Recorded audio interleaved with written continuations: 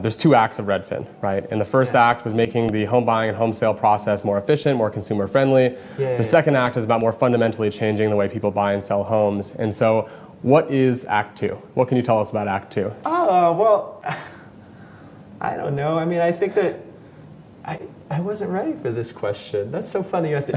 And I'm sure it's somewhere. No. Let me answer. Sure.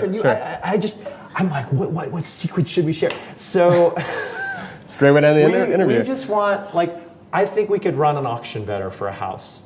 I think we could auction off a house in a really exciting way where buy-side agents are still submitting offers, but there's just a way to run that process where you don't have to write up the whole freaking purchase and sale agreement. If you've ever actually run a bidding war on a listing, you're flipping through it to see the price and whether there's some listing contingencies. You eliminate 8 offers and you get it down to 2 or 3 and you evaluate those more carefully. And I just think it's a shame that 8 of those guys had to fill out this massive purchase and sale agreement. There should be a shorter term sheet. That would be an example where if you ask one of our agents, how would you change this? They'd be like, oh my God, this is how I would change it. It would be so much better for all of us. Sure, I'm sure other pillars feed into that. So you've talked about a digital closing or a digital mortgage. Yeah. What does that look like to you?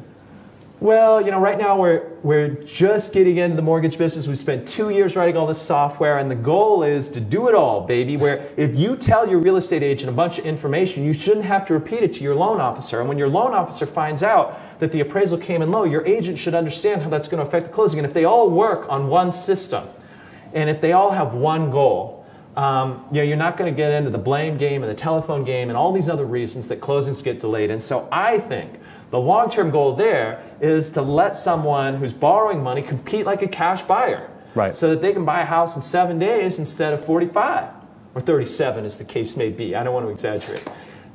So our goal is just to have all these folks work together to work off of one platform so that we can close faster and we can be more certain when we make an offer that we can really come up with the money.